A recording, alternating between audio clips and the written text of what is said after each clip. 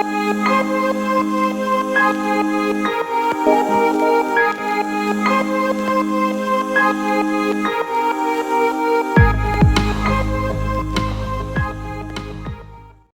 وإن الصلاة على النبي محمد صلى الله عليه وآله وسلم فضائلها جلية.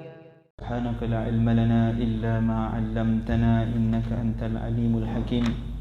رب اشرح لي صدري ويسر لي أمري واحلل عقدة من لساني يفقه قولي. رب يسر ولا تعسر يا كريم. رب تمم بالخير. اللهم صل على سيدنا محمد النور المذهب الإسيان بنوره وعلى آله في كل لمحة ونفس عدد ما وسعه علم الله. ثم أما بعد. Assalamualaikum warahmatullahi ta'ala wabarakatuh. Alhamdulillah, syukur kita kehadirat Allah Subhanahu wa ta'ala bertemu kita pada malam yang berbahagia ini, pada sesi yang keberapa kan? Lupa dah. Berapa? 16 dah. Dah lebih satu dah. Saya mohon maaf banyak-banyak kepada tuan-tuan, kepada perempuan di atas keterlewatan kita dalam mengkhatamkan kitab ni. Ala kulli hal, semoga kita dimudahkan oleh Allah untuk menghabiskan dia. Ini adalah bab yang terakhir yang bakal kita masuk, iaitu bab muamalat. Habis bab muamalat ni, kita masuk kepada berkaitan bahagian yang ketiga dalam kitab ini, iaitu bahagian tasawuf. Jadi bahagian tasawuf ni mudah ada tuan-tuan kan? Kalau baca pun boleh faham dah. Cuma yang sebelum-sebelum ni berkenaan dengan akidah, berkenaan dengan fiqh tu kita kena cerita sikit, kita kena bincang supaya diberi kefahaman yang jelas. Bab tasawuf ini cukuplah dengan kita baca syarat. Syarat ni macam mana kita baca laju bila soal. InsyaAllah dalam 2 ke 3 ke, InsyaAllah kita cuba khatamkan sampai habis ya. Macam banyak ya pasal tasawuf ni ya. InsyaAllah.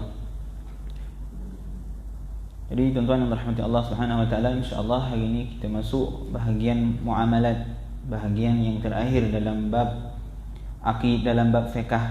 Kan kita dah bincang daripada taharah, sembahyang sampailah kepada haji pada 2 minggu yang lalu. Jadi insya-Allah minggu ni kita bincang bab yang terakhir dalam bab muamalat, iaitu bab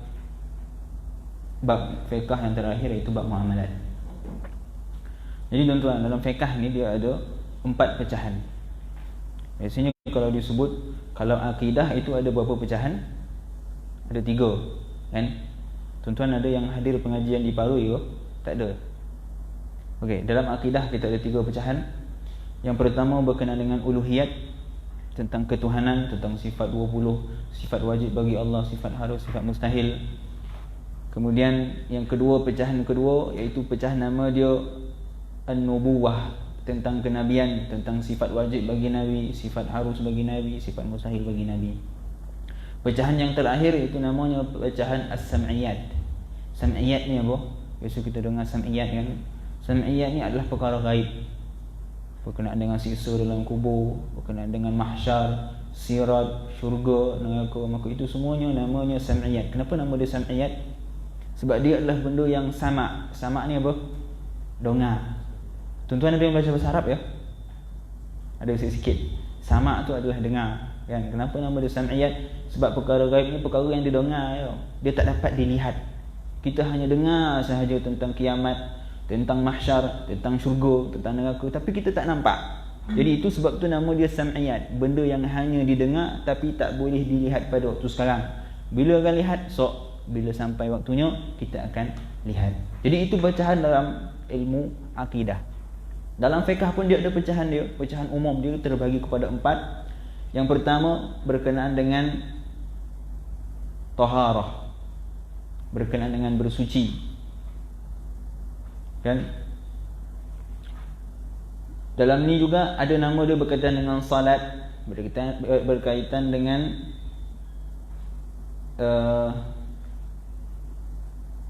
sekejap tuan-tuan ya. Okey, dalam ni juga ada berkaitan dengan sembahyang, berkaitan dengan puasa, berkaitan dengan haji, berkaitan dengan zakat.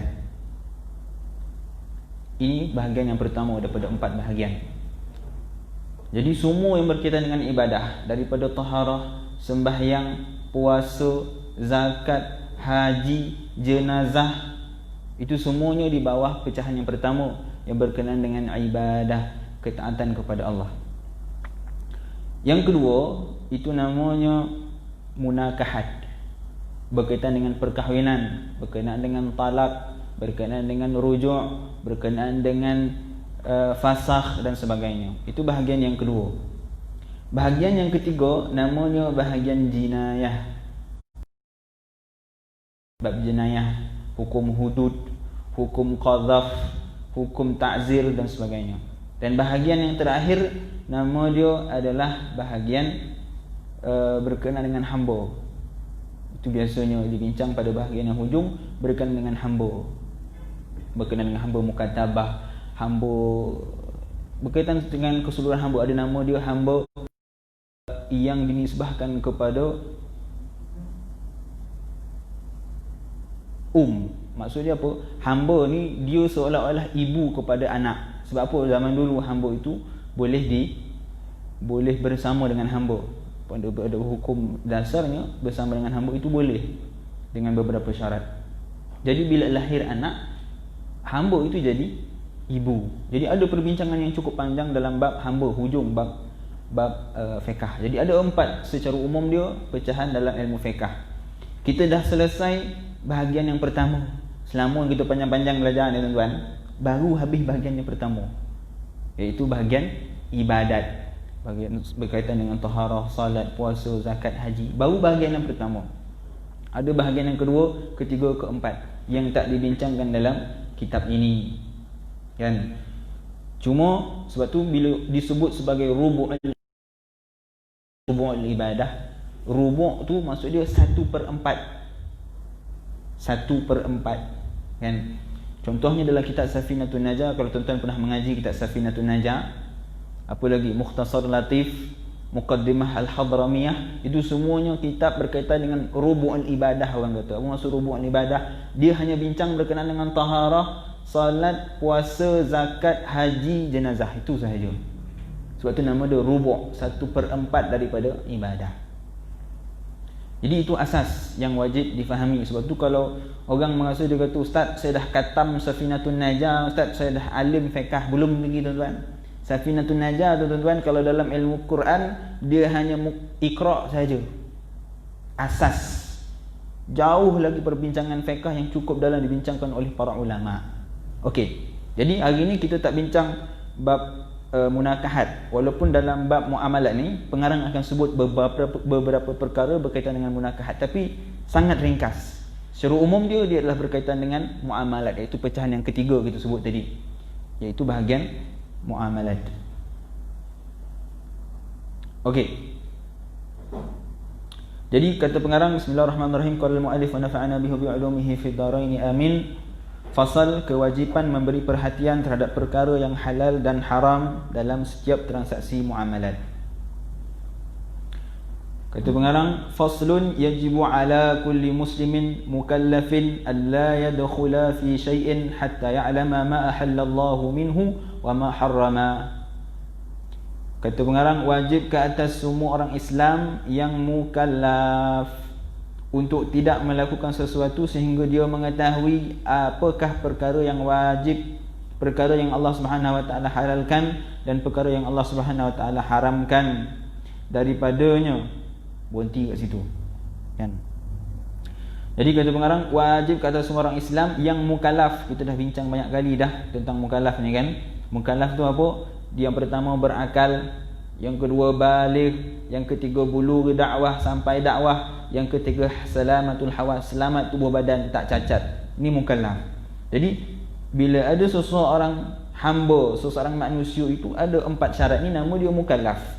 Kata pengarang, wajib ke atas setiap orang Islam yang mukallaf untuk tidak melakukan sesuatu sehingga dia mengetahui apakah perkara yang Allah Subhanahu wa taala halalkan dan perkara yang Allah haramkan. Jadi wajib untuk kita sebelum kita masuk dalam perniagaan, sebelum dalam kita melaksanakan ibadah, wajib untuk kita tahu apa yang Allah halalkan, apa yang Allah haramkan.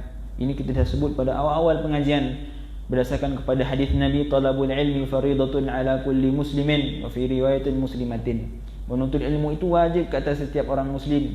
Kan? Kita dah bincang secara panjang lebar apa yang ilmu yang wajib, apa yang tak wajib.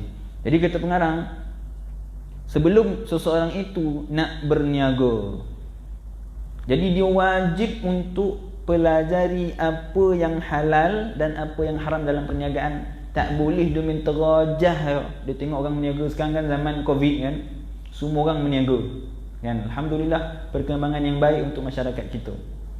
Cuma kena faham, bukan nak berniaga tu suka-suka kita masuk terajah tanpa tahu asas hukum berkenaan dengan muamalat. Kenapa? Kalau tak, kita akan terjerumus kepada perkara yang diharamkan oleh Allah, seperti riba, gharar, gambling, judi dan sebagainya. Jadi sebab tu kata pengarang, wajib hukum dia sesiapa yang nak bermuamalah, berniaga untuk mempelajari bab muamalat ni. Kerana sesungguhnya Allah Subhanahu Wa Taala telah memerintahkan kita beberapa perkara, maka wajib atas kita menjaga apa yang telah diperintahkan itu. Sebab ada benda yang Allah Subhanahu Wa Taala perintahkan dalam muamalat dan ada benda yang Allah haramkan. Antaranya apa? Firman Allah Subhanahu Wa Taala yang merupakan asas dalam perbincangan muamalat. Apa dia? Wa ahallallahu al-bai'a wa harrama ar-riba. Sesungguhnya Allah Subhanahu Wa Taala itu menghalalkan jual beli dan mengharamkan riba. Jadi ada benda yang Allah Subhanahu Wa Taala halalkan dan ada benda yang Allah haramkan. Jadi kena jaga setiap apa yang telah diperintahkan dan apa yang dilarang oleh Allah Subhanahu Wa Taala. Sebab itu Sayyidina Umar radhiyallahu taala anhu, beliau sebut apa? Beliau bila masuk, ketika itu beliau adalah khalifah. Beliau masuk dalam pasar, beliau kata apa? La yabi'u man la yatafaqqah minna. Jangan berjual, la yabi'u fi suqina. Jangan seseorang kamu berjual beli di pasar aku bagi mereka yang tak mempelajari ilmu agama. La yatafaqqah fid din, yang tak faham tentang bab muamalat, tentang jual beli. Jangan mengado-ngado nak berniaga dalam pasar kami, kata Sayyidina Umar. Menunjukkan apa? Kepentingan untuk kita mempelajari bab muamalat. Okey, seterusnya, sesungguhnya Allah Subhanahu Wa Taala telah menghalalkan jual beli dan mengharamkan riba. Yang kita sebut tadi, Allah Subhanahu Wa Taala dah berfirman, wa halallahu al-bai'a wa harrama ar-riba. Jadi secara umum dia, jual beli ini dalam bab muamalat ni dia terbahagi kepada 3 perkara asas. Yang pertama nama dia al-aqidu. Aqid, orang yang berakad, orang yang berjual beli. Okey. Yang kedua nama dia al-ma'qud alaih. Al-ma'qud alaih ni apa yang dijual belikan. Yang ketiga sirah. Sirah ni apa? Ijab dan qabul. Saya jual ya, saya terima. Maka ini 3 asas dalam jual beli. Saya ulang, pertama adalah aqid, orang yang terlibat dalam jual beli, iaitu si pembeli dan si penjual. Itu aqid. Yang kedua ma'qudun alaihi, benda yang diniagakan, iaitu saman wa musman, harga dan barang yang dijual beli. Yang terakhir sirah. Sirahnya apa? Ijab dan qabul. Jadi ini asas perbincangan dalam bab muamalat. Okey. Kata pengarang, dan sesungguhnya Allah Subhanahu Wa Taala telah mensyaratkan jual beli yang disebut secara makrifah dalam Al-Quran dengan beberapa syarat dan rukun yang mesti dijaga. Maka wajib ke atas orang yang mahu melakukan jual beli mempelajari perkara-perkara tersebut. Jika tidak, dia pasti akan makan riba, sama ada dia mahu atau tidak. Ini adalah kalam Sayyidina Umar kita sebut tadi, kan? Sayyidina Umar kata la yabi'u fi suqina illa man tafaqqaha wa illa akala riba sya'a am aba. Ini diriwayatkan oleh Imam Ghazali dalam kitab Ihya Ulumuddin. Perkataan Sayyidina Umar. Sayyidina Umar kata tak boleh berjual beli di pasar kami melainkan mereka yang mempelajari tentang hukum hakam jual beli. Kalau tak, akalur riba sya'a am aba, dia akan makan riba sama ada dia sedar ataupun tidak, sama ada dia nak ataupun tidak, dia akan makan riba. Kenapa? Sebab dia tak pelajari tentang apakah asas-asas hukum dalam muamalat. Jadi itulah perkara muamalat secara umum dia yang kita akan bincangkan selepas ini, perincian dia. Jadi dalam aqid, dalam ma'qud alaih, dalam sirah itu ulama pecahkan kepada beberapa perkara. Boleh ke kita masuk sikit? Kita tengok sikit ya. Perkara ini akan disebut selepas ini. Cuma saya nak bagi gambaran umum kepada tuan-tuan supaya tuan-tuan faham. Okey. Aqid iaitu orang yang bai' dan mushtari, orang yang penjual dan pembeli. Itu ada 4 syarat. Yang pertama, sabi. Maafkan saya. Dalam bab aqid ini ada 4 syarat dan 4 orang yang tak boleh terlibat dengan jual beli. Yang pertama, dia mesti mukallaf. Jadi sabi, kanak-kanak tak boleh berjual beli, ataupun orang gila, ataupun kanak-kanak yang belum memayis, maka tak boleh dia berjual beli. Sebab apa? Sebab dia tak tahu nak kira duit. Sebab takut-takut bila dia pergi jual ditipu dia orang. Orang tu kata, ini baki. Dia bagi RM10, harga RM1. Kan? Dia bagi RM10, harga RM1. Tiba-tiba bila orang tu pulang, dia bagi RM2 je. Dia kata, ni bagi kau, ambil lah. Itu kan dah berlaku penipuan yang dilarang oleh agama. Sebab tu dalam fiqh disyaratkan mestilah seorang itu mukallaf. Dia dah tahu membezakan antara mana duit, berapa harga dia, dah tahu supaya dia tidak ditipu. Yang kedua, dia mestilah sihat. Dia tak gila. Orang gila tak boleh berjual beli. Sebab apa? Kalau gila, macam mana dia nak berjual beli? Yang ketiga, dia mestilah bukan orang yang mahjur. Mahjur ni apa? Orang yang diisytihar muflis. Dalam fiqh itu ada perbincangan berkenaan dengan orang yang diisytihar muflis. Orang yang diisytihar muflis tu kalau dalam fiqhnya, dia harta dia, apa yang dimiliki semuanya akan dipegang oleh hakim. Dia tak boleh pegang duit. Okey. Yang keempat, dia mestilah rela jual beli, bukan kerana terpaksa.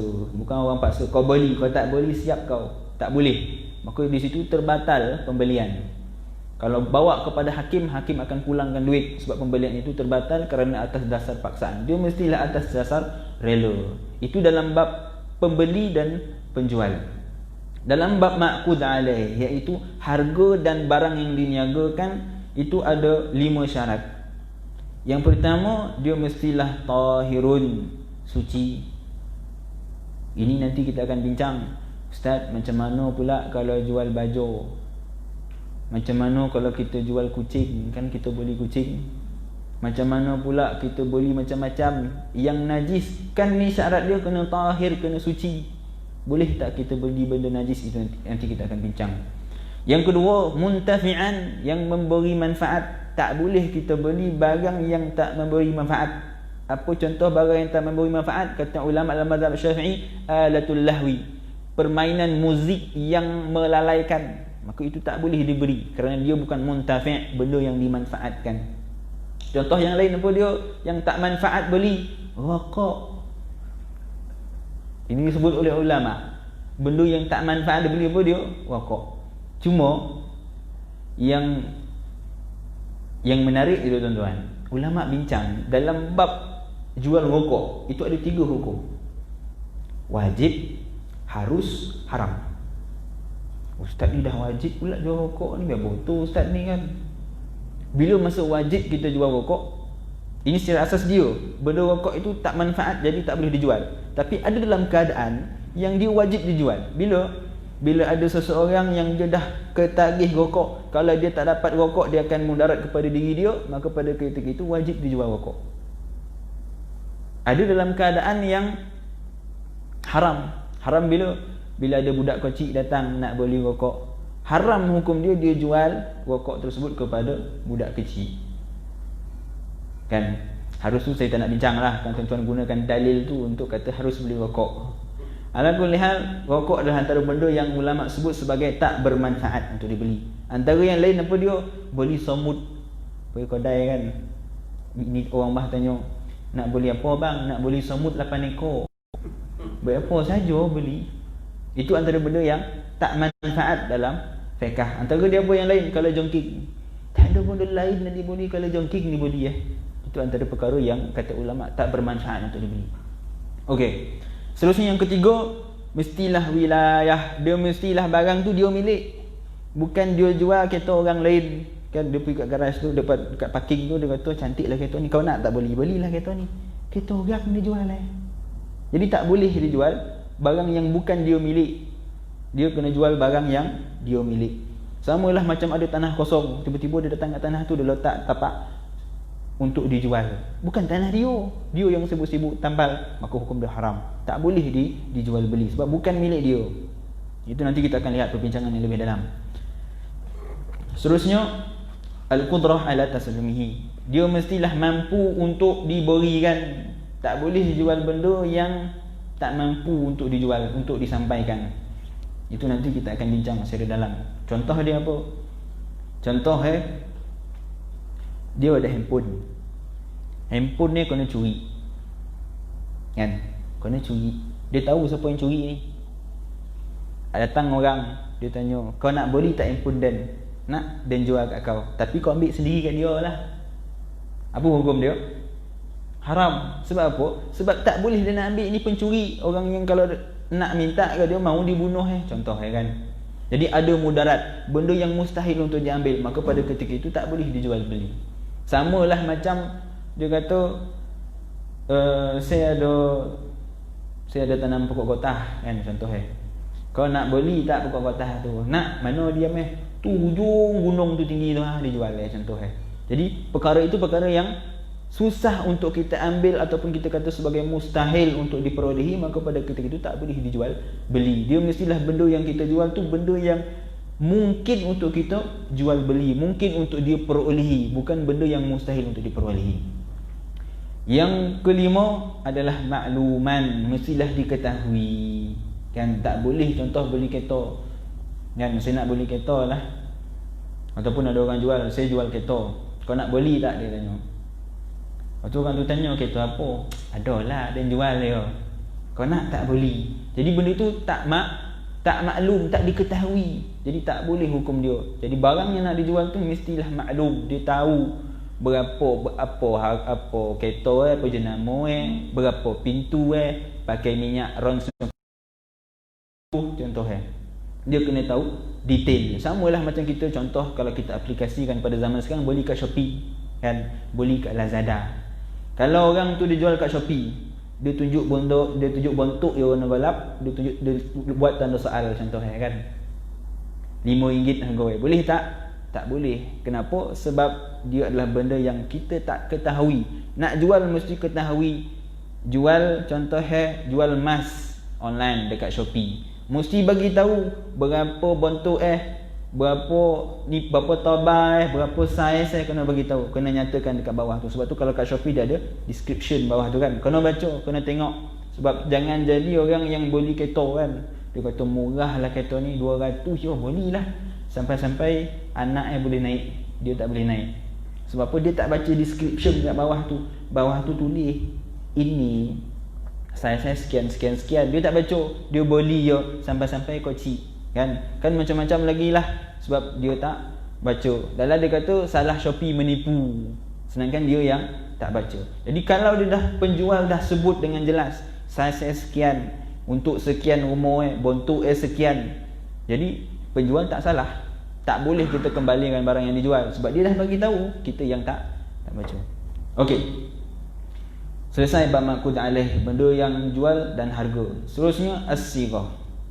Yang maklum tadi pun sama juga berkaitan dengan harga. Harga pun kena diketahui. Tak boleh bila tanya harga kan, baru-baru ni viral kan. Ada orang jual telokong tu, yang Facebook tu. Tuan-tuan baca tak ke tak baca?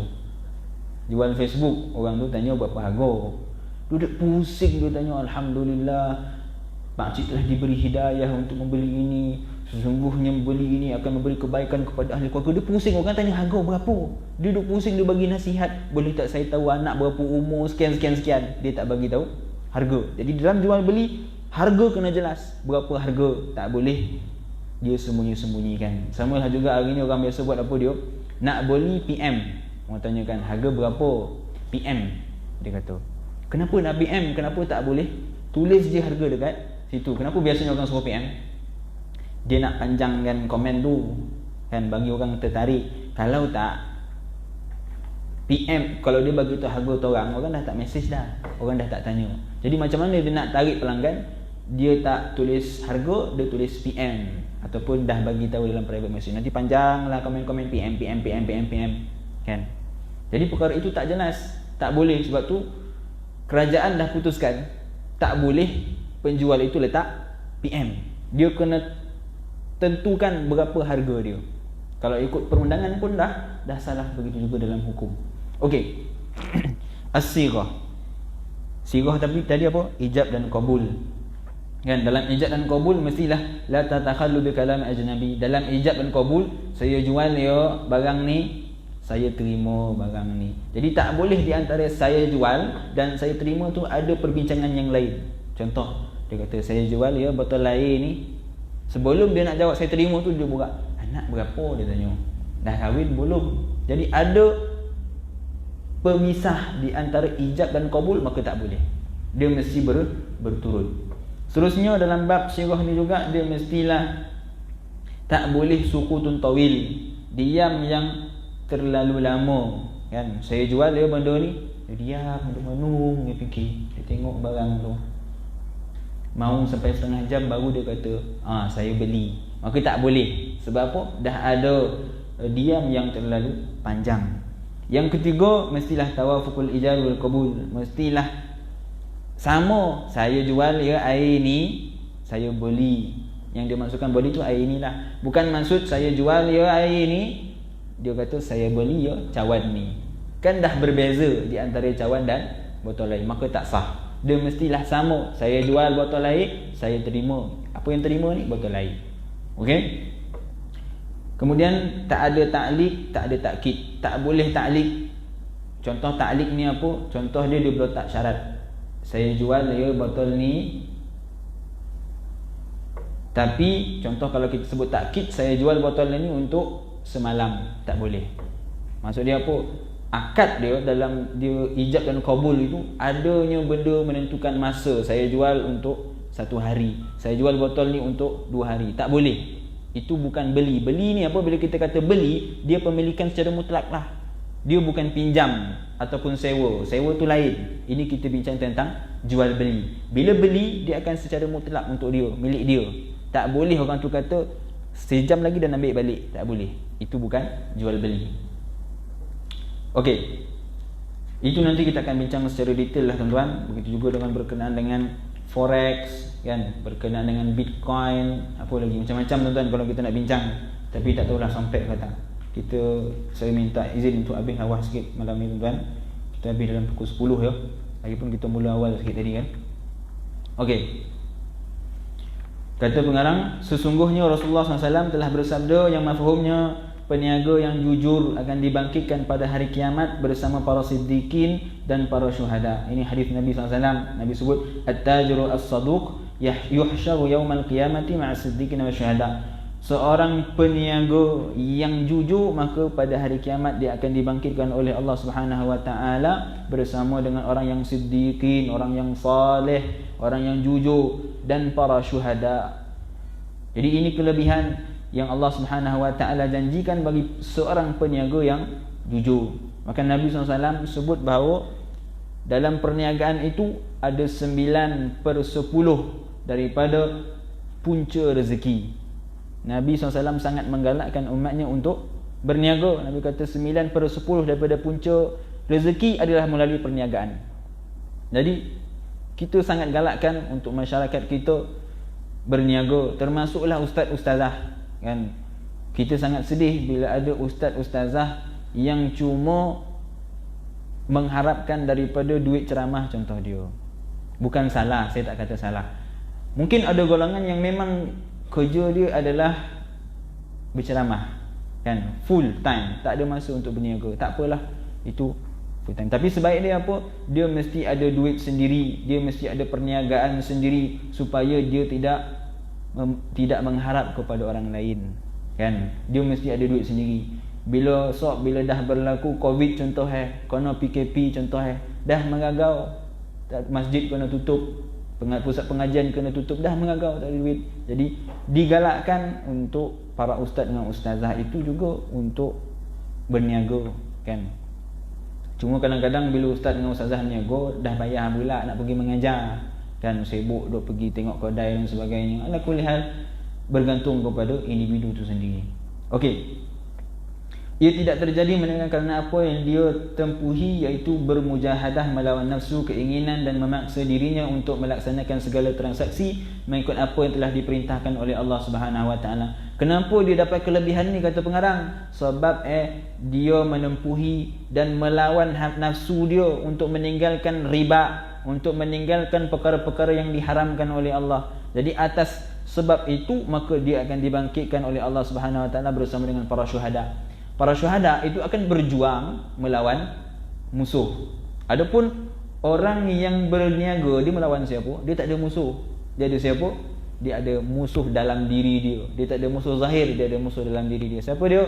Hawa nafsu. Ketika mana orang bagi tawaran yang tinggi, apa dia kena buat? Dia kena tolak. Tak, itu haram, itu adalah riba. Jual emas, dapat keuntungan yang berlipat kali ganda, dia kata tak, itu haram.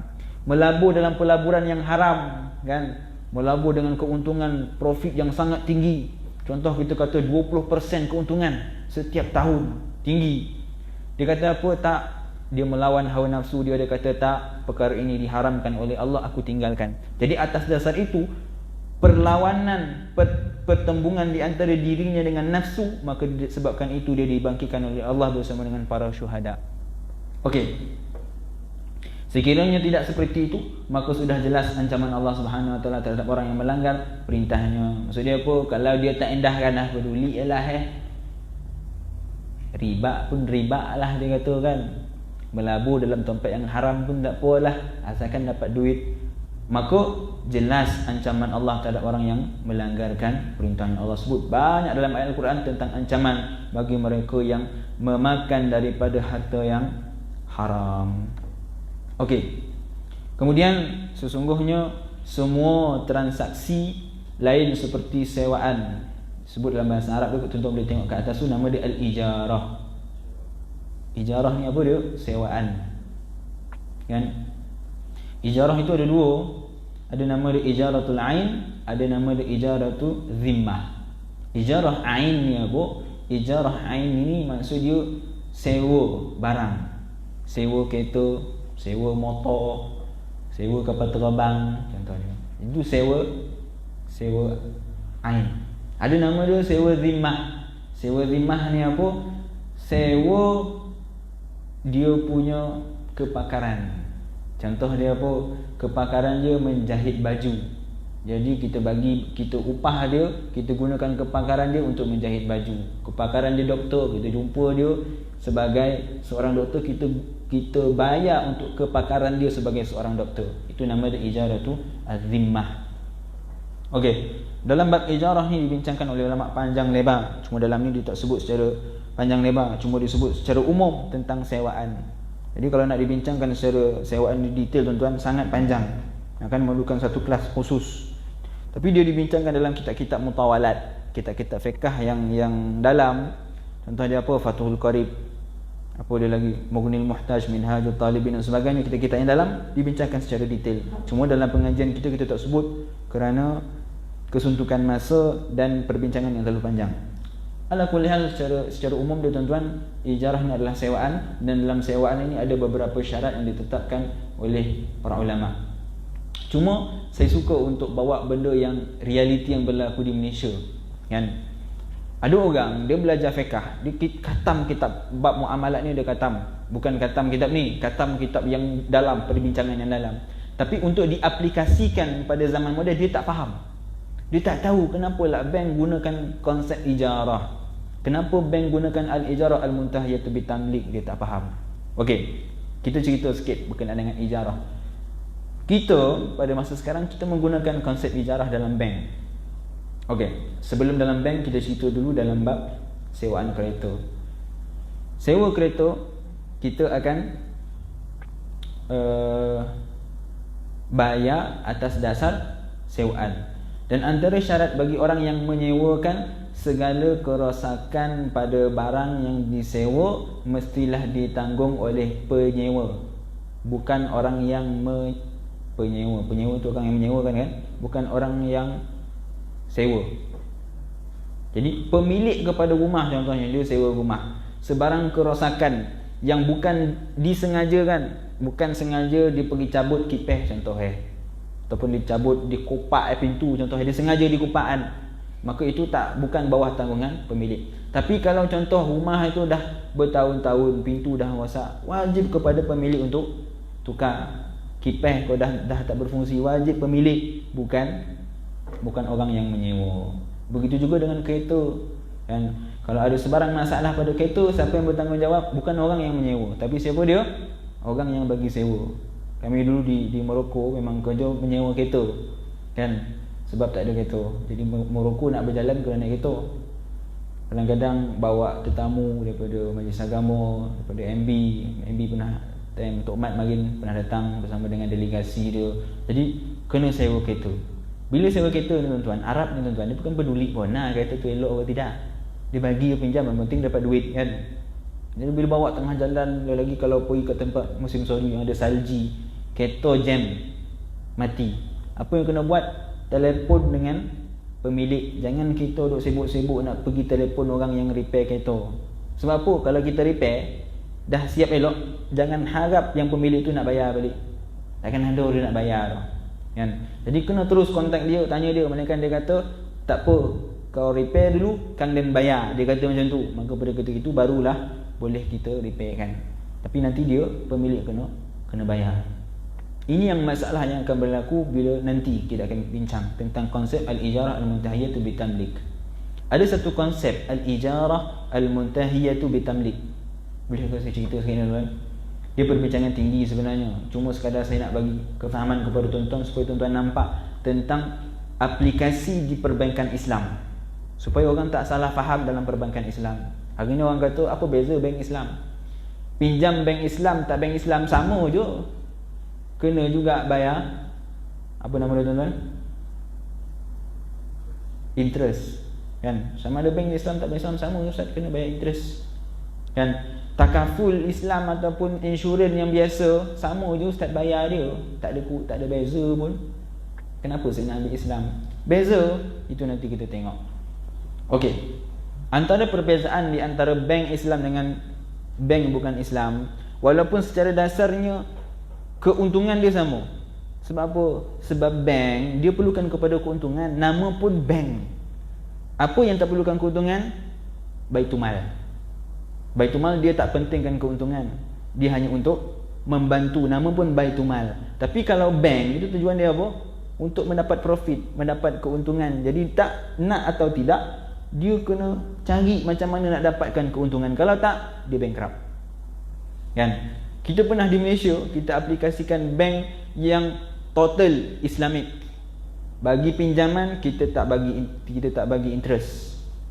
Pinjam berapa pinjam macam tu pulang. Apa jadi tuan-tuan? Bankrupt tuan-tuan.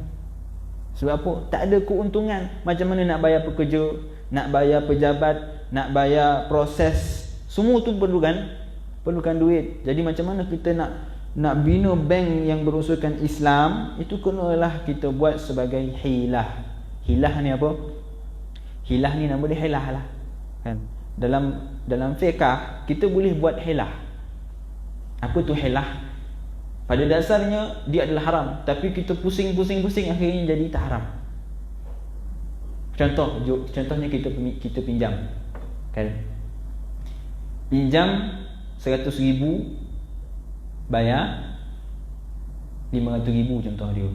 Kan? Hari ni kalau pinjam 300,000 bayar 1 juta tuan-tuan kan? Betul ke? Kan? Kalau bank kita pinjam 300,000 beli rumah, bayar balik harga semua 1 juta. Kan? Jadi 800,000 tu apa punca kalau dalam bank konvensional dia adalah interest, hanya keuntungan yang kita kena bayar kepada bank. Dia hanya konsep pinjam dan bayar balik, itu saja. Itu beza bank konvensional. Bank konvensional pinjam bayar balik. Dan kenapa kena bayar lebih? Itu interest, keuntungan kepada pihak bank. Jadi inilah yang diharamkan oleh Islam. Sebab apa? Kullu qardin jarra naf'an fahuwa riba.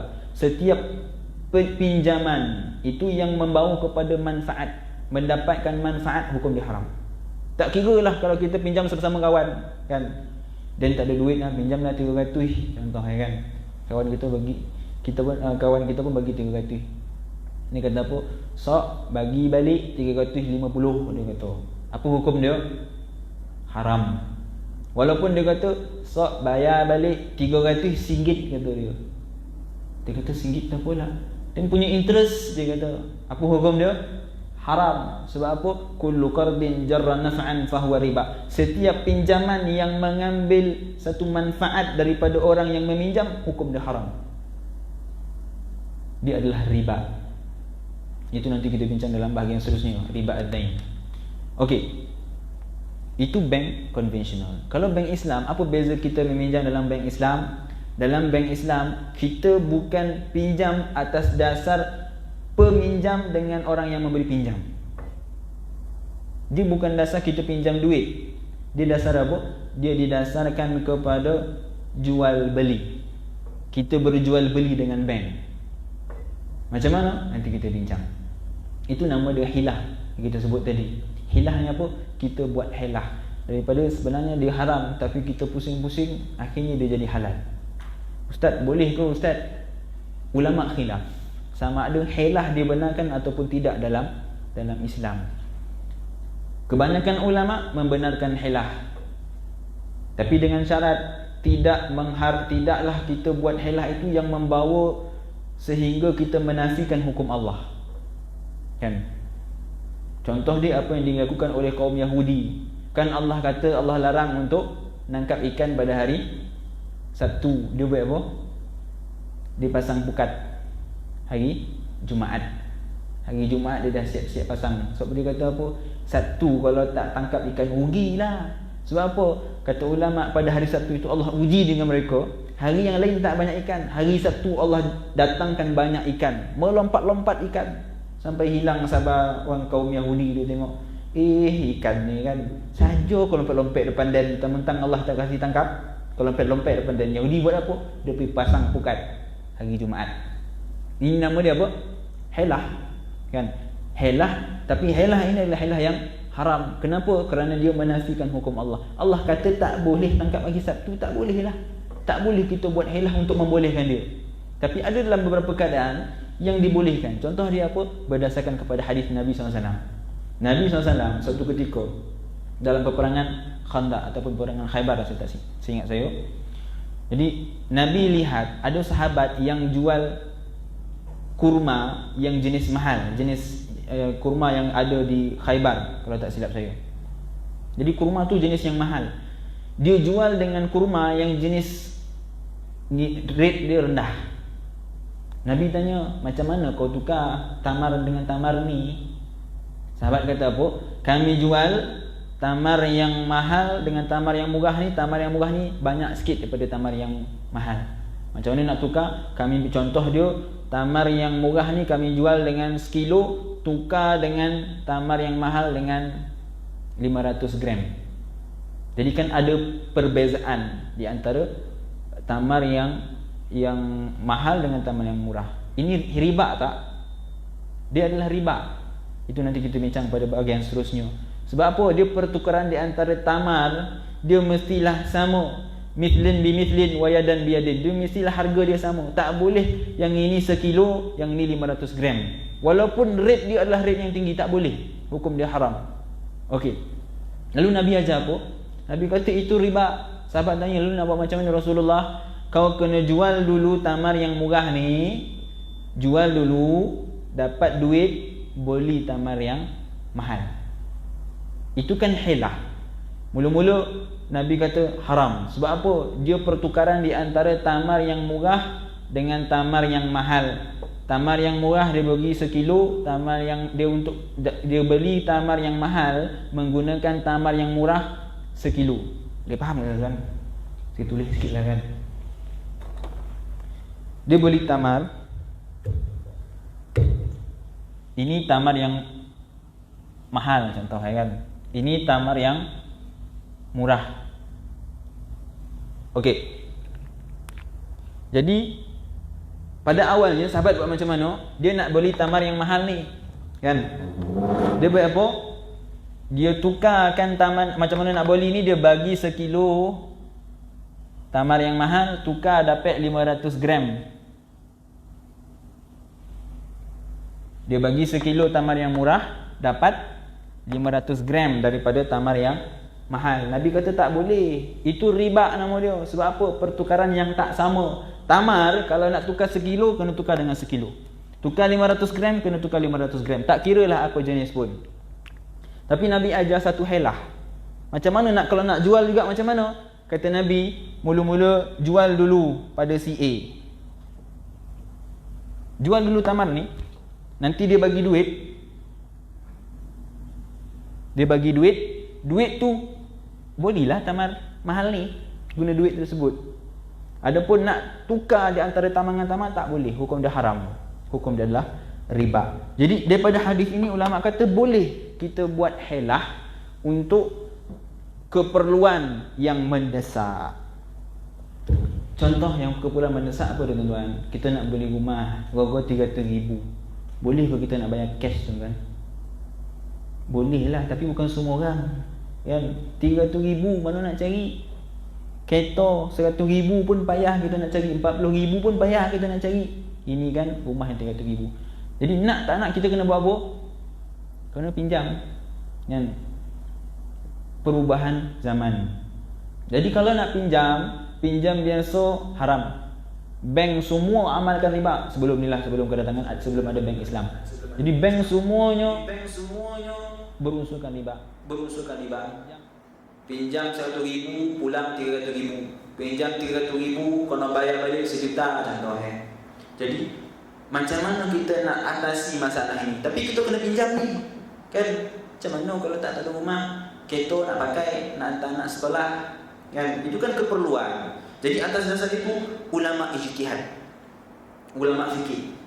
Daripada kita melakukan perkara yang haram, kita duduk dalam bank konvensional, tak apalah, haram pun haram lah. Ataupun kita cuba buat satu helah yang Nabi ajar ni, buat satu helah supaya akhirnya dia jadi halal, dia dah tak jadi riba. Okey. Jadi sebab itulah bank Islam diwujudkan di atas keperluan yang mendesak, supaya kita mengeluarkan masyarakat kita daripada terus dibelenggu daripada perkara yang diharamkan oleh Allah, iaitu riba. Okey. Kita tengok sikit bank Islam dan bank konvensional. Apa beza dia? Ada orang kata sama ya Ustaz. Baik, siapa yang bank konvensional? Tak sama. Kenapa? Kalau bank konvensional, saya tulis K lah ya, konvensional. Ni bank Islamic, I. Bank konvensional, tuan-tuan pinjam 100,000, kalau pulang 300,000, kan? 200,000 adalah interest, kan? Ini bank Islam. Okey, nak jelas sikit. Kita balikkanlah bagi nampak jelas sikit, kan? Di bank bagi 1,000 kita pulang 300,000 kepada bank. Pulang balik kepada bank 300,000. 200,000 adalah interest. Ini hanya dalam bank konvensional, dia hanya adalah pertukaran. Pinjam 100, pulang 300. Sekarang pinjam dan pulang. Tapi kalau bank Islam, tak. Bank Islam, kita bukan pinjam, bukan tak pinjam. Walaupun saya datang kat bank saya nak pinjam duit, kita kata. Kita pergi bank Islam, kita kata bank saya nak pinjam duit. Bank Islam akan kata apa? Dia tak akan kata boleh nak pinjam berapa.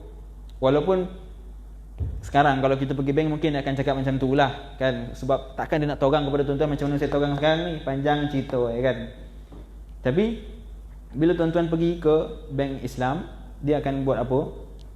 Dia akan, walaupun pada dasarnya tuan-tuan datang nak pinjam, tapi dia akan buat jual, dia akan buat konsep jual beli. Okey, macam mana dia buat? Tuan-tuan datang, Ni kompleks sikit ya tuan-tuan. Tuan-tuan datang pinjam duit, contoh tuan-tuan nak pinjam 100,000. Kan?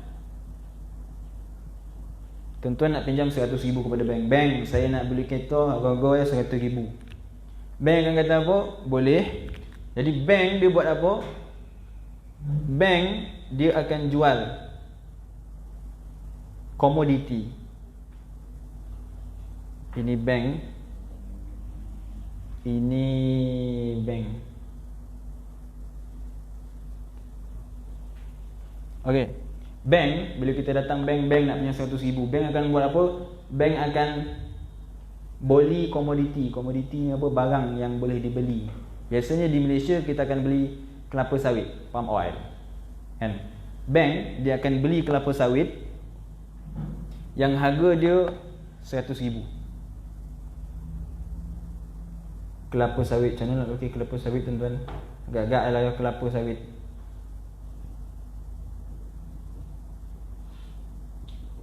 Okey. Dia beli kelapa sawit harga 100,000. Maafkan saya. Kalau tuan-tuan datang ke bank, bank akan buat apa? Dia akan suruh kita beli kelapa sawit. Ustaz, tak ada saya pergi bank cakap beli kelapa sawit dah Ustaz. Dia tak cakap jelas, tapi pada hakikatnya dia buat macam tu. Dia buat macam mana? Tuan-tuan dia akan disuruh untuk beli kelapa sawit. Tuan-tuan kata, nak beli apa saya kelapa sawit? Dan nak pinjam 100,000, kau bagi dia kelapa sawit. Jadi bank buat apa? Dia kata, okey, kalaulah tak nak beli kelapa sawit, kami belikan. Kami akan belikan kelapa sawit. Okey? Itu nama dia wakalah. Kita wakilkan kepada bank untuk beli kelapa sawit yang harga dia bank beli, contoh bank beli dengan harga 100,000 kelapa sawit. Okey? Kelapa sawit ni bank akan jualkan kepada orang lain, pihak ketiga. Kita sebut sebagai C lah kan. Bank akan jual kepada kelapa sawit, kepada orang yang ketiga. Siapa orang ketiga ni? Tak kisahlah orang yang nak terima kelapa sawit. Sebab apa? Kalau bank nak bagi kat kita nak buat apa kelapa sawit ni tuan-tuan? Kan kita pun tak tahu nak buat apa. Jadi bank dia akan wakilkan kita untuk jual kelapa sawit kepada orang yang memerlukan kelapa sawit. Okey? Bila dah jual, contoh dia bank akan jual dengan harga 300,000, kan? Oh, bank akan jual dengan harga 100,000. Jadi orang yang C dia akan bayar kepada bank 100,000. 1, 2, 3. Okey. Dia akan bayar kepada bank 100,000. Kita kembali kepada atas lah. Bank, kan?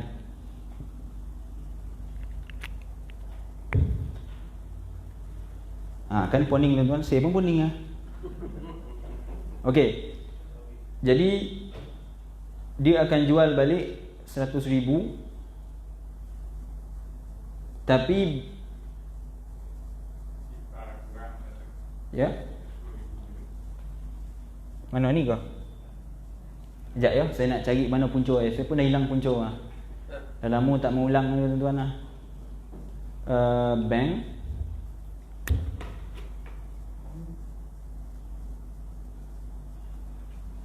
Okey.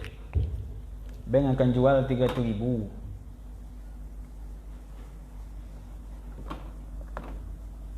Ni nama dia tawaruk tuan-tuan. Ini baru satu konsep tuan-tuan. Ada banyak lagi konsep yang bank amalkan yang lagi poning kepala.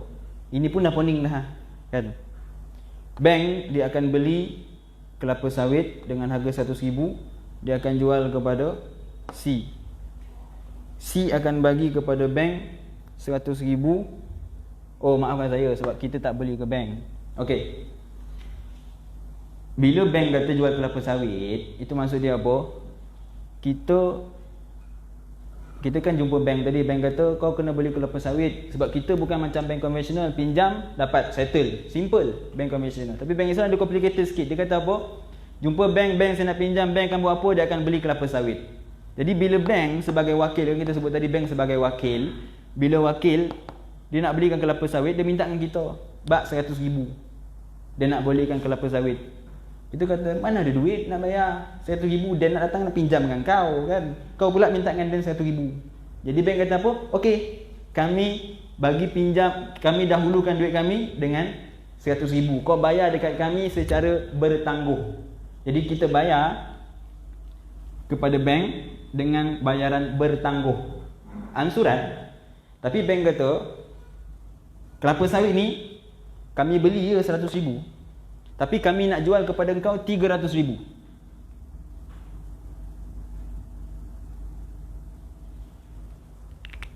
Kami jual dekat engkau 300,000. Jadi kau kena bayar kepada bank berapa? 300,000 lah. Sebab kita beli kelapa sawit ni harga dia 300,000. Walaupun bank beli 100,000, tapi bank jual kat kita 300,000. Boleh tak? Boleh lah. Itu kan perniagaan, keuntungan. Dia bukan macam ni. Ini ambil kesempatan. Pinjam, bayar. Ini yang diharamkan oleh Allah. Kan Allah sebut, wa halallahu al-bai'a, Allah halalkan jual beli dan haramkan riba. Ini riba. Pinjam dapat manfaat, itu riba. Tapi kalau dalam jual beli, kan, kita datang kepada bank nak pinjam. Bank kata beli kelapa sawit, kan, sebab bank tak nak bagi pinjam macam konvensional. Kalau bagi pinjam jadi haram.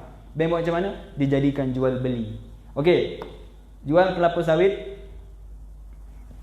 beli kelapa sawit. Okey, dia kata saya tak ada duit. Jadi okey, bank kata aku belikan, kau beli dekat aku. Harga dia 300,000. Bank beli 100,000. Bank dah beli, bank nak buat apa kelapa sawit? Dia tak ada guna, dia buat apa? Dia jual kepada C, orang yang memerlukan kepada kelapa sawit. Jual dengan harga yang sama jugalah, 100,000. Jadi dekat sini bank dapat keuntungan 200,000 daripada perniagaan dia dengan kita. Ni keuntungan bank. Boleh faham tak ni tuan-tuan? Aku nak ulang lagi tuan-tuan. Okey, ni bank, ini kita. Kita datang nak pinjam kat bank. Bank kata beli kelapa sawit. Kita kata kita tak ada duit. Okey, tak apa, kata bank, bayar bertangguh tapi harga dia 300,000. Okey, kelapa sawit ni bank jual dekat kita dengan harga 300,000. Bank beli 100,000 je, tapi dia jual kat kita harga dia 300,000. 200,000 dia ambil sebagai keuntungan dia. Okey, dan kita kena bayarlah 300,000. 300,000 ni kita bayar berapa? Kita bayar ansuran. Itu kan kita bayar ansuran hari ni. Kita tak kira lah berapa pun. Kalau biasanya 300,000, kena bayar berapa sebulan tuan-tuan? 1,000 kan? Lebih kurang lah bayar sebulan. Tapi kita bayar beransur dengan bank sebanyak 300,000. Jadi ini perbezaan di antara bank konvensional dengan bank Islam. Walaupun dia macam complicated, hasil dia sama je tuan-tuan. Hasil dia apa? Pinjam 100,000, pinjam 100,000, bayar 300,000. Ni pun bayar 300,000. Benda yang sama, tapi secara hakikat dia tak sama. Ini hanya pinjaman, pinjam 100, bayar 300, selesai. Ini tak. Ini adalah perniagaan, jual beli di antara kita dengan bank. Beli kelapa sawit, walaupun ada orang kata kelapa sawit tu wujud ke? Sebab berapa ramai orang datang ke bank untuk pinjam duit hari ni. Ada orang kata, ada ke kelapa sawit? Ada orang kata, kalau tuan-tuan nak kelapa sawit ni, bank boleh bagi. Sampai tahap ke situ. Sebab bank nak buat sistem ni, dia kena lepas daripada security Malaysia. Kena lepas daripada bank negara Malaysia. Bank negara Malaysia akan pantau setiap pergerakan bank-bank yang ada di Malaysia, bank terutamanya bank-bank Islam.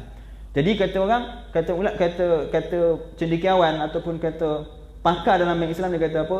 Kalau tuan-tuan, contoh tuan-tuan datang kat bank nak pinjam 100,000, kan? Bank kata beli dekat aku 300,000. Okey, kita beli 300,000. Tapi kita kata saya nak tengok kelapa sawit tu, saya nak tengok mana yang saya beli. Boleh tak? Boleh lah. Kalau daripada sudut asasnya boleh. Cuma tak ada kerja lah bank tuan-tuan. Nak pergi bawa tuan-tuan pergi tengok kelapa sawit. Okey, ni kelapa sawit tuan-tuan ya. Dia tak ada kerja. Sebab apa? Dia pun duduk dalam pejabat dia. Sistem ni yang kita tengok payah ni, dia cuma dalam komputer. Dia tokan, jual. Tokan, beli. Itu sahaja. Dia bukan dia bangun, saya nak pergi keluar, nak pergi cek kelapa sawit, nak pergi putih, tak. Dia cuma sistem dalam komputer. Dia tokan, selesai jual beli, tuan-tuan dapat 100,000, sok bayar bertangguh 300,000. Tapi apa hukum dia? Halal. Walaupun nampak macam ustaz, macam sama ya ustaz, pinjam 100 pulang 300,000. Ini macam buat helah ya ustaz. Yelah, helah lah kita kata kan. Tapi helah yang dibenarkan. Kenapa? Sebab kita nak guna 100,000 ni. Kalau tak, macam mana nak beli kereta, macam mana nak beli rumah, kan? Atas dasar itu, kata ulama, kita terpaksa buat suatu helah. Tapi helah ni dibenarkan. Sebab apa? Jual beli ini adalah harus dibenarkan oleh Allah Subhanahu Wa Taala. Sebab Allah sebut wa halallahu al-bai'a wa harrama riba. Allah benarkan jual beli tapi haramkan riba. Okey. Boleh tuan-tuan? Itu secara asasnya. Ya. Hanya guna pakai yang mana secara Islam. Ya. Apa yang saya faham? Misalnya rumah saya itu harga dia 100,000. Yang saya faham ini bank beli rumah saya 100,000, tapi dia jual balik pada saya 3,000. Okey, itu yang saya nak cerita. Belakang ni tak nampak. Okey.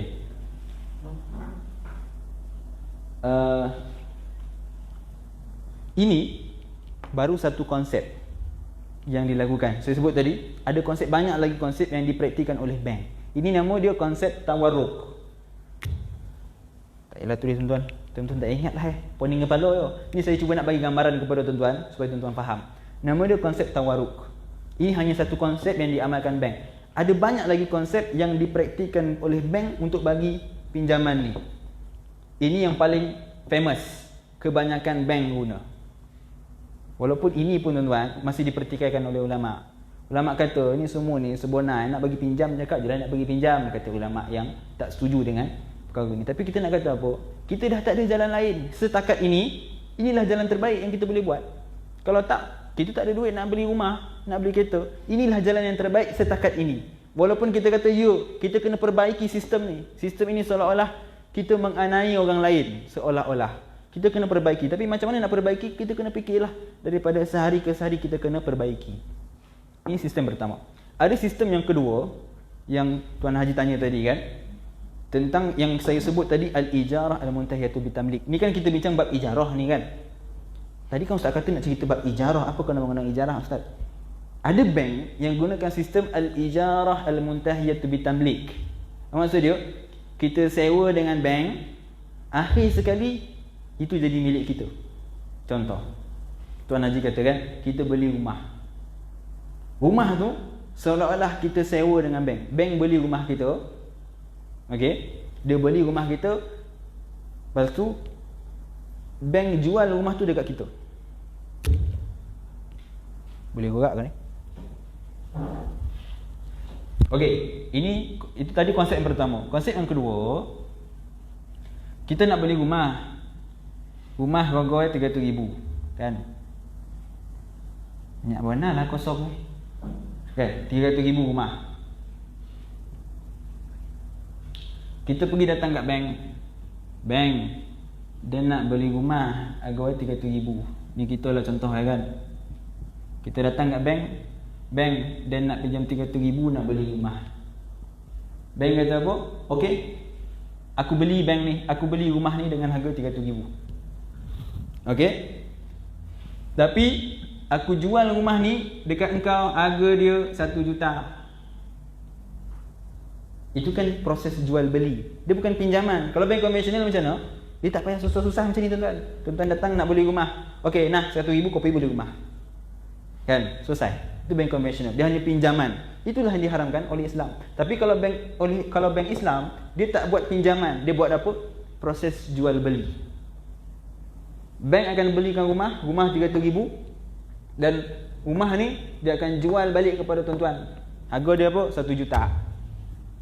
Rumah ni tuan-tuan kena beli dekat bank harga 1 juta. Tadi asalnya 300,000 je. Kena beli 300 juta. Lebih tu adalah berapa lebih tuan-tuan? 800,000 kan? 700,000. 700,000 ni apa? Keuntungan bank. Sebab dia proses jual beli antara kita dengan bank. Okey. Timbul masalah bila jual 1 juta, kita kata apa? Bank, dan nak pinjam 300,000 je. Kan? Tiba-tiba kau suruh bayar 1 juta. Mana ada duit? Ada ke 1 juta kita nak bayar tu weh? Tak ada. Buat apa kita pinjam bank? Jadi bank buat apa? Dia sewakan rumah ni kat kita. Okey lah, kau tak ada duit 1 juta nak bayar cash, tak apa. Aku sewakan rumah ni, bayar dekat aku secara bertangguh. Okey, dia buat konsep apa? Dia konsep sewa. Ijarah, kan kita bincang bab ijarah. Kalau tak ada 1 juta, okey tak apa. Aku sewa, bank sewa dekat kau, bank sewa dekat ni. Bayar setiap bulan 3,000 contohnya. Atas dasar sewaan. Bayar 3,000 sampai habis 1 juta. Kira lah berapa tahun kan? 1 juta. Banyak betul besarnya kan? Bayarlah 3,000 ni setiap bulan sampai habis selesai 1 juta. Tapi dia kira apa ni? Dia kira sewa, bukan beli. Kira sewa. Sebab tu kita bincang bab ijarah, bab sewa. Bank sewakan rumah ni asalnya harga 300,000. Tapi bank buat apa? Dia sewa 3,000 setiap bulan. Sama macam kita lah, kita buat rumah sewa, kita sewa dekat orang. Kan kita buat rumah tu harga 40,000 lah contoh Kita sewa setiap bulan 700 kan, ada yang sewa sampai 1,000. Itu kan kalau pada logik dia, kalau dah berpuluh tahun kan lebih daripada modal kita buat rumah sewa tu. Rumah sewa 40,000 je. Tapi kalau dah 20 tahun, 30 tahun, dia akan lebih daripada harga 40,000. Jadi bank buat apa? Dia sewakan, tapi bukanlah selama-lamanya. Cukup sampai habis settle hutang 1 juta ni, maka bank akan hadiahkan rumah ni kepada kita. Masuk bab hibah. Dia gabungan di antara sewa, iaitu al-ijarah, campur dengan hibah, hadiah. Okey, dia gabung di antara dua hukum. Mula-mula bank sewa kan 3,000 setiap bulan sampai cukup 1 juta. Akhirnya bank kata, okey, saya hadiahkan rumah ni kepada anda. Rumah ni jadi anda punya. Tak payah bayar dah kat bank sebab dah settle sewaan. Itu nama dia al-ijarah al-muntahiyatu bitamlik. Sewa tapi akhirnya kita dapat miliki apa yang kita sewa. Okey, ini sistem yang kedua. Tapi sistem ni banyak tak diguna dah sekarang di bank-bank. Kenapa? Sebab sistem ni ada kelemahan dia. Antara dia apa? Kita sebut tadi, sewa dia kena apa?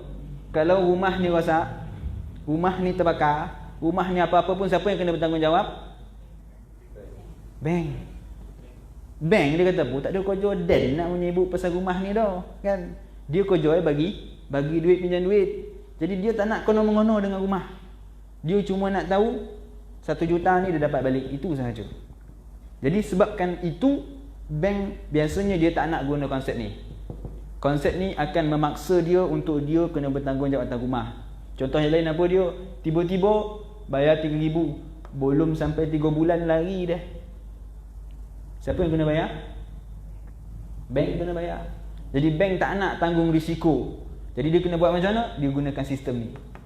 Sistem tawarruk yang kita sebut tadi. Sistem tawarruk ni banyaklah digabungkan di antara wakalah. Wakalah ni wakil, kan tadi kita wakilkan kepada bank untuk beli. Nama dia wakalah.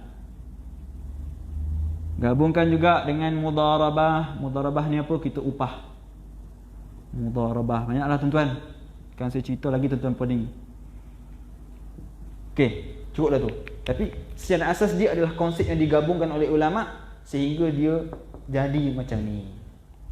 Dia bukan benda yang direka-reka oleh ulama, tak. Dia adalah konsep yang ada dalam Islam, tapi digabung akhirnya jadi macam ni. Jadi macam tu.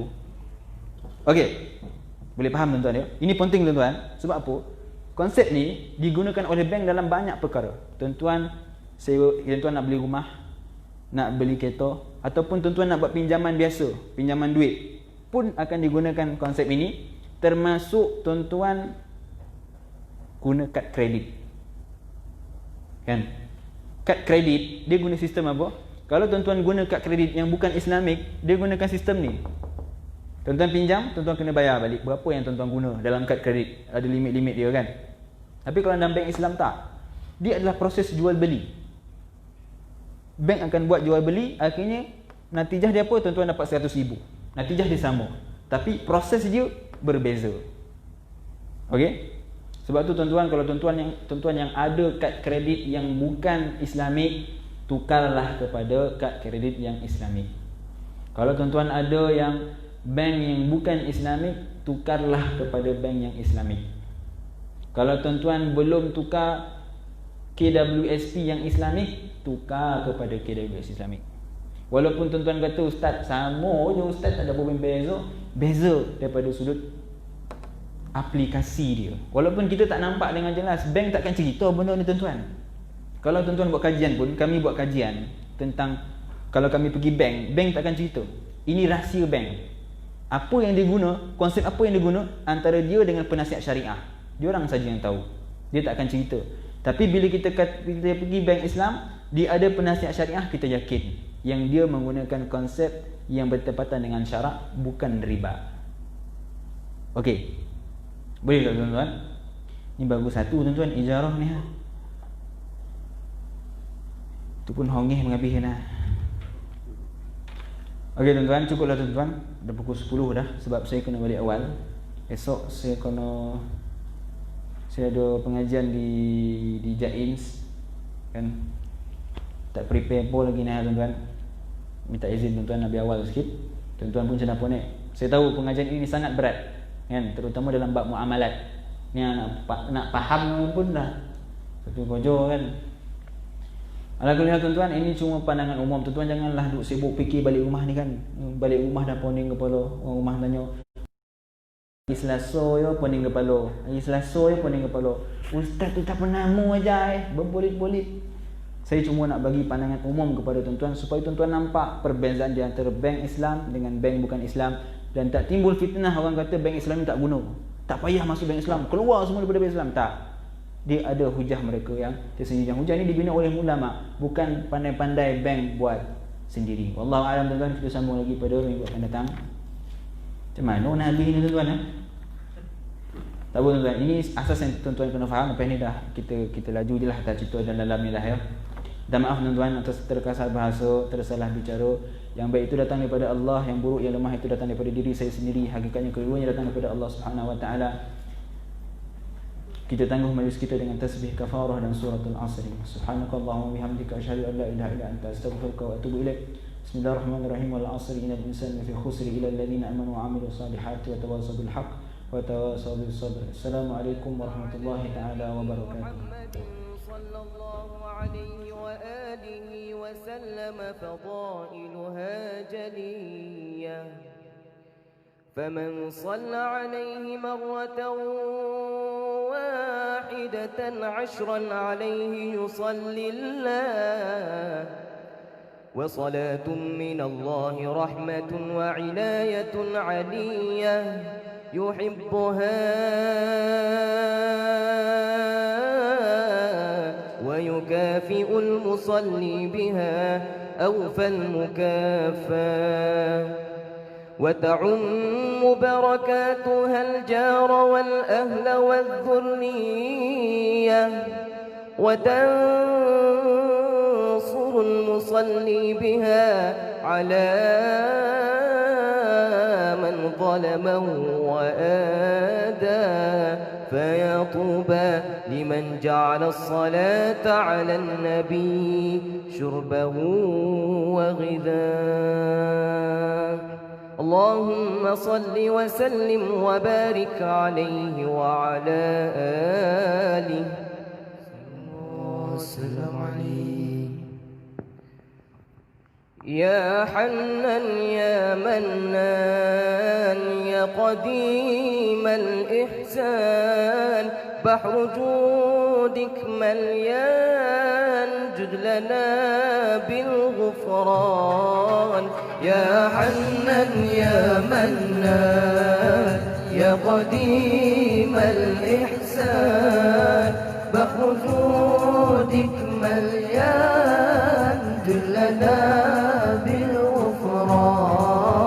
جد لهذا الإنسان عبد سوء خزيان من ذنوبه وحده خائف إنك ربان يا حنان يا منان يا قديم الإحسان فوجودك مليان دلنا بالغفران ربنا نستعفي ربنا نسترضي الله